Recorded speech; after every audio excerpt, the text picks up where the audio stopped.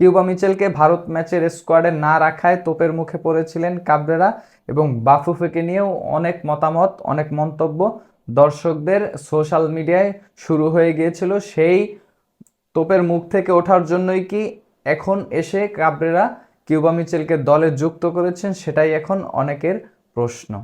তবে কিউবা মিচেলকে স্কোয়াডে যুক্ত করার ক্ষেত্রে পেছন থেকে প্রভাবক হিসেবে যেই বিষয়টাই কাজ করুক না কেন, মূলত কিউবা মিচেল দলে যুক্ত হয়েছেন ভক্তদের জন্য, এটাই হচ্ছে সবচেয়ে প্রশান্তির বিষয়। কেননা কিউবা মিচেল একজন যোগ্য প্লেয়ার। এই ন্যাশনাল টিমে, বাংলাদেশের ন্যাশনাল টিমে খেলার জন্য যতটুকু ক্যালিভার দরকার সেটা কিন্তু কিউবা মিচেলের রয়েছে।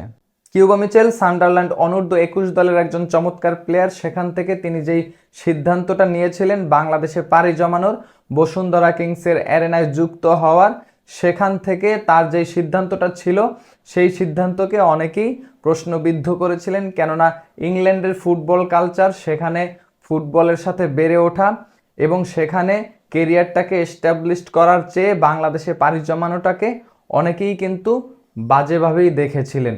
সেই প্রভাবটা তার বাংলাদেশের জাতীয় দলে যুক্ত হওয়ার ক্ষেত্রেও প্রভাব ফেলেছে অনেক। সেখান থেকে অবশেষে কিউবা মিচেল জাতীয় দলে যুক্ত হয়েছেন।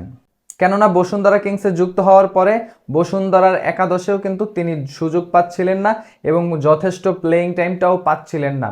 সেক্ষেত্রে তার স্কিলের ঘাটতির চেয়েও অন্যান্য বিষয়ে কিন্তু প্রভাব ফেলেছে। সেই জায়গা থেকে কিউবা মিচেল ওভারকাম করে জাতীয় দলের সুযোগ পেয়েছেন। তবে সেখানে প্রভাবক হিসেবে দর্শকদের যে ফুটবল থেকে মুখ ফিরিয়ে নেওয়ার বিষয়টাই সবচেয়ে বেশি প্রভাব ফেলেছে। কেননা টিকিট এখন পর্যন্ত সম্পূর্ণ টিকিট বিক্রি হচ্ছে না বাংলাদেশ এবং নেপালের যেই ম্যাচ সেখানেও। সেক্ষেত্রে কিউবা মিচেলকে দলে না রাখার বিষয়টাই কিন্তু দর্শকদেরকে এই বিমুখতার দিকে নিয়ে গিয়েছিল। আমার মনে হয় বাফুফে সেই বিষয়টাকে আঁচ করতে পেরেছে এবং ক্যাবরেরার প্রতি দর্শকদের যে ক্ষোভ সেই বিষয়টাও কিন্তু বাফুফে ইতিমধ্যেই বুঝতে পেরেছে। সেক্ষেত্রে কিউবা মিচেলকে দলে নিয়ে সেই জায়গাটা বাফুফে এস্টাবলিশড করার চেষ্টা করছেন। ক্যাবরেরাকে আরও একবার দলের সাথে লম্বা সময় ধরে রাখার চেষ্টা হয়তোবা চলছে। এজন্যই এই কিউবা মিচেলকে দলে নেওয়ার বিষয়টা আসতে পারে। এটা আমার ব্যক্তিগত মতামত। তবে আপনাদের মতামত কি সেটাও আপনারা চিন্তা করে দেখতে পারেন।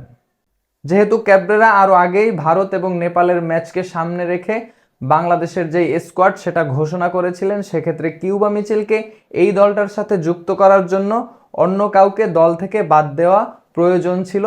সেই জায়গাটায় আসলে রহমত ডিফেন্ডার এবং ইব্রাহিম, এই দুইজন, একজন ইব্রাহিম এবং আরেকজন রহমত, সেক্ষেত্রে তাদেরকে ইনজুরি দেখিয়ে এই দল থেকে সরানো হয়েছে এবং কিউবা মিচেলের সাথে মোরশেদকেও এই দলটাতে যুক্ত করা হয়েছে।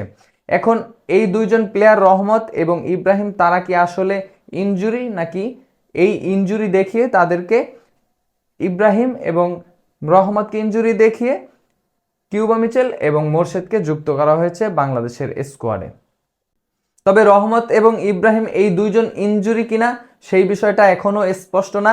সেক্ষেত্রে ওই বিতর্কে আমরা না গিয়ে কিউবা মিচেল এবং মোরশেদ এই দুইজন যে দলের সুযোগ পেয়েছেন, বিশেষ করে কিউবা মিচেল, তার যে অন্তর্ভুক্তি এই দলটার মধ্যে সেটা কিন্তু প্রয়োজন ছিল এবং এই মুহূর্তে বাংলাদেশের দর্শকদের যেই চাহিদা সেই অনুযায়ী কিন্তু কিউবা মিচেলকে দলে নেওয়াটা প্রয়োজন ছিল।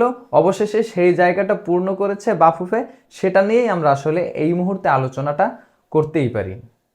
আমরা ইতিমধ্যেই ফাহমিদুলকেও ন্যাশনাল টিম থেকে ছিটকে যেতে দেখেছি। কেননা কার্ডজনিত কারণে ভারতের ম্যাচ তিনি মিস করবেন। সেক্ষেত্রে ভক্তরা তার যেই অভাবটা সেটা পূরণের জন্য কিন্তু অনেকেই আরহাম ইসলামকে দলে চেয়েছিলেন। সেক্ষেত্রে আমরাও কিন্তু আরহাম ইসলামকে দলে নেওয়ার জন্য একটা ভিডিওতে আলোচনা করেছিলাম।